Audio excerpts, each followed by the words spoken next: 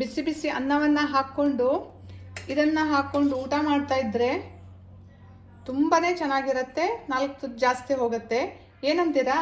ಇದು ಹಾಗಲಕಾಯಿಯಿಂದ ಮಾಡಿರುವಂಥದ್ದು. ಹಾಗಲಕಾಯಿನ ಕಾಯಿ ರಸ ಸ್ವಲ್ಪ ಕೂಡ ಕಹಿ ಅನ್ಸಲ್ಲ. ಹುಳಿ ಹುಳಿ ಸಿಹಿ ಸಿಹಿ ಖಾರವಾಗಿ ತುಂಬ ಟೇಸ್ಟಿಯಾಗಿರುತ್ತೆ. ಹಾಯ್ ಫ್ರೆಂಡ್ಸ್, ನಮಸ್ಕಾರ. ವೆಲ್ಕಮ್ ಟು ನಳಪಾಕ. ಬನ್ನಿ ಇದನ್ನು ಹೇಗೆ ಮಾಡೋದು ಅನ್ನೋದನ್ನು ನೋಡೋಣ. ನಾನಿಲ್ಲಿ ಸ್ವಲ್ಪನೇ ಮಾಡ್ತಾ ಇರೋದ್ರಿಂದ ಒಂದು ಹಾಗಲಕಾಯಿನ ತೆಗೆದುಕೊಂಡಿದ್ದೇನೆ.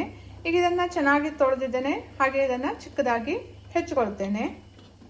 ಹಾಗಲಕಾಯಿಯನ್ನು ಈ ರೀತಿಯಾಗಿ ಹೆಚ್ಚಿಕೊಂಡಿದ್ದೇನೆ.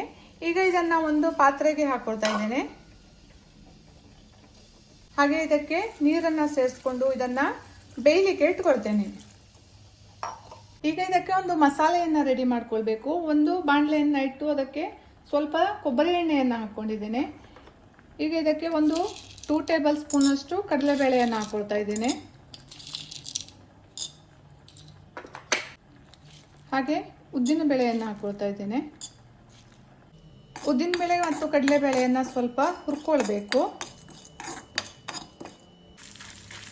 ಜೊತೆಗೆ ಒಂದು 5-6 ಕೆಂಪು ಮೆಣಸಿನಕಾಯಿಯನ್ನು ಹಾಕ್ಕೊಂಡು ಹುರ್ಕೊಳ್ತಾ ಇದ್ದೇನೆ. ಹಾಗಲಕಾಯಿ ಸ್ವಲ್ಪ ಕಹಿ ಇರೋದ್ರಿಂದ ಅದಕ್ಕೆ ಖಾರ, ಬೆಲ್ಲ ಹಾಗೆ ಹುಳಿ ಎಲ್ಲದೂ ಸರಿಯಾಗಿ ಬಿದ್ದರೆ ಮಾತ್ರ ಅದು ತುಂಬ ಟೇಸ್ಟ್ ಆಗುತ್ತೆ. ಈಗ 1 ಟೀ ಸ್ಪೂನಷ್ಟು ಕೊತ್ತಂಬರಿಯನ್ನು ಹಾಕ್ಕೊಳ್ತಾ ಇದ್ದೇನೆ. ಹಾಗೆ 1 ಟೀ ಸ್ಪೂನಷ್ಟು ಜೀರಿಗೆಯನ್ನು ಹಾಕ್ಕೊಳ್ತೇನೆ. ಮತ್ತು ಇದನ್ನು ಹುರ್ಕೊಳ್ಬೇಕು. ಕೊನೆಯಲ್ಲಿ ಒಂದು 2 ಟೇಬಲ್ ಸ್ಪೂನಷ್ಟು ಬಿಳಿ ಎಳ್ಳನ್ನು ಹಾಕ್ಕೊಳ್ತಾ ಇದ್ದೇನೆ. ಎಳ್ಳನ್ನು ಮೊದಲೇ ಹಾಕ್ಕೊಳ್ಬಾರ್ದು, ಯಾಕಂದರೆ ಎಳ್ಳು ಬೇಗ ಸಿಡಿಯುತ್ತೆ, ಬೇಗ ಬೇಯುತ್ತೆ. ಹಾಗಾಗಿ ಕೊನೆಯಲ್ಲಿ ಹಾಕ್ಕೊಳ್ಬೇಕು.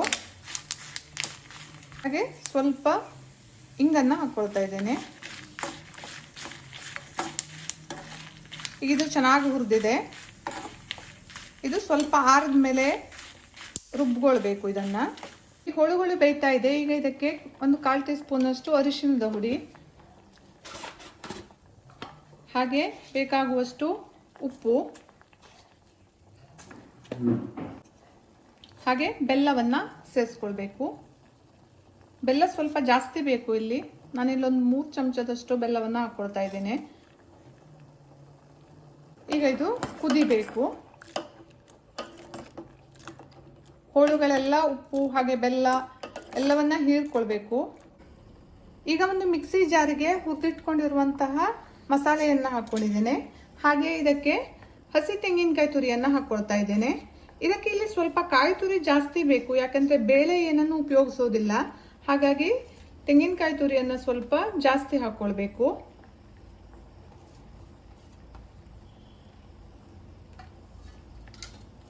ಹಾಗೆ ಹುಣಸೆ ಹಣ್ಣನ್ನು ಹಾಕ್ಕೊಳ್ತಾ ಇದ್ದೇನೆ. ಖಾರ ಎಷ್ಟು ಹಾಕ್ಕೊಂಡಿದ್ರಿ ಅನ್ನೋ ಆಧಾರದ ಮೇಲೆ ಹುಣಸೆ ಹುಳಿಯನ್ನು ಹಾಕ್ಕೊಳ್ಬೇಕು. ಈಗ ಇದನ್ನು ನುಣ್ಣಗೆ ರುಬ್ಕೊಳ್ಬೇಕು.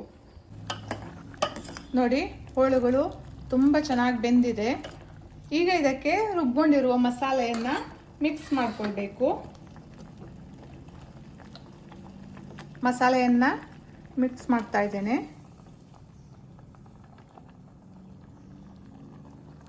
ಈಗ ಸ್ವಲ್ಪ ನೀರನ್ನು ಹಾಕಿ ಮತ್ತೆ ಇದಕ್ಕೆ ಸೇರಿಸ್ಕೊಳ್ತಾ ಇದ್ದೇನೆ. ಈಗ ಇದನ್ನು ಚೆನ್ನಾಗಿ ಮಿಕ್ಸ್ ಮಾಡ್ಕೊಳ್ಬೇಕು. ಇದು ತುಂಬ ತಿಳುವಾಗಿರಬಾರ್ದು, ಸ್ವಲ್ಪ ಗಟ್ಟಿ ಇರಬೇಕು. ನೋಡಿ, ಇದೀಗ ಕುದಿಲಿಕ್ಕೆ ಸ್ಟಾರ್ಟ್ ಆಗಿದೆ. ಕುದಿತಾ ಕುದಿತಾ ಇದು ಸ್ವಲ್ಪ ಗಟ್ಟಿ ಆಗ್ತಾ ಹೋಗುತ್ತೆ. ಈಗ ಇದಕ್ಕೆ ಕರಿಬೇವಿನ ಎಲೆಗಳನ್ನು ಸೇರಿಸ್ಕೊಳ್ತಾ ಇದ್ದೇನೆ. ಇದು ಆಪ್ಷನಲ್, ನೀವು ಬೇಕಿದ್ರೆ ಹಾಕ್ಕೊಳ್ಬೋದು, ಇಲ್ಲ ಅಂತಂದರೆ ಸ್ಕಿಪ್ ಮಾಡ್ಬೋದು. ಇದು ಚೆನ್ನಾಗಿ ಕುದಿಬೇಕು. ತುಂಬಾ ಸುಲಭವಾಗಿ ಮಾಡ್ಕೊಳ್ಬೋದು. ರುಚಿನೂ ಹಾಗೆ ತುಂಬ ಚೆನ್ನಾಗಿರುತ್ತೆ. ಸಿಹಿ ಸಿಹಿ, ಖಾರ, ಹುಳಿ ಎಲ್ಲದೂ ಸರಿಯಾಗಿದ್ದರೆ ಈ ಕಾಯಿ ರಸ ತುಂಬಾ ಟೇಸ್ಟಿಯಾಗಿರುತ್ತೆ. ನೋಡಿ, ಇದೀಗ ಚೆನ್ನಾಗಿ ಕುದ್ದಿದೆ. ಇಷ್ಟ ಆದರೆ ಸಾಕು. ನೋಡಿ, ಕಾಯಿ ರಸ ರೆಡಿ ಆಯಿತು. ನನ್ನ ಈ ವಿಡಿಯೋ ಇಷ್ಟ ಆದರೆ ಲೈಕ್ ಮಾಡಿ, ಶೇರ್ ಮಾಡಿ, ಕಮೆಂಟ್ ಮಾಡಿ ಹಾಗೂ ಸಬ್ಸ್ಕ್ರೈಬ್ ಮಾಡಿ. Thank you.